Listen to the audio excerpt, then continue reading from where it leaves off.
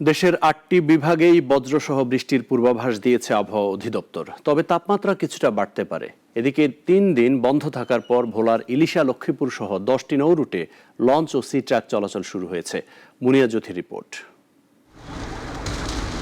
সকাল থেকেই রাজধানীর আকাশ ছিল বৃষ্টির দখলে। আবহাওয়া অধিদপ্তর জানিয়েছে, রংপুর, ময়মনসিংহ, চট্টগ্রাম ও সিলেট বিভাগের অধিকাংশ এবং রাজশাহী, ঢাকা, খুলনা ও বরিশালের অনেক জায়গায় দমকা হাওয়া সহ হালকা থেকে মাঝারি বৃষ্টির কথা। গত ২৪ ঘন্টায় চুয়াডাঙ্গায় সর্বোচ্চ ৮৮ মিলিমিটার বৃষ্টি হয়েছে। তাপমাত্রা সর্বনিম্ন ২৩ ডিগ্রি সেলসিয়াস টাঙ্গাইলে এবং সর্বোচ্চ ৩৪ ডিগ্রি তেঁতুলিয়ায় রেকর্ড করা হয়েছে। দেশের অভ্যন্তরীণ নদীবন্দরগুলোর জন্য ১ নম্বর সতর্ক সংকেত দেখাতে বলা হয়েছে। আগামী কয়েকদিন, বিশেষত ৮ থেকে ১০ তারিখ পর্যন্ত মোটামুটি সারা দেশের উপরেই কম বেশি বৃষ্টিপাত হওয়ার সম্ভাবনা রয়েছে।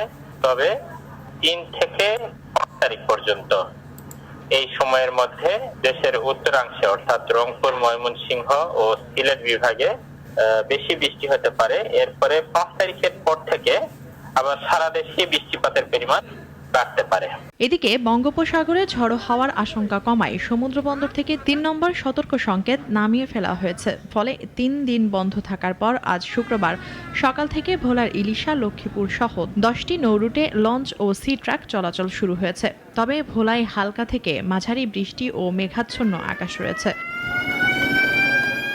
বৃষ্টির পূর্বাভাসের মধ্যেও নৌপথে যাত্রীদের স্বস্তি ফিরেছে। তবে ভারী বৃষ্টির আশঙ্কায় সবাইকে সতর্ক থাকার পরামর্শ দিয়েছে আবহাওয়া অধিদপ্তর।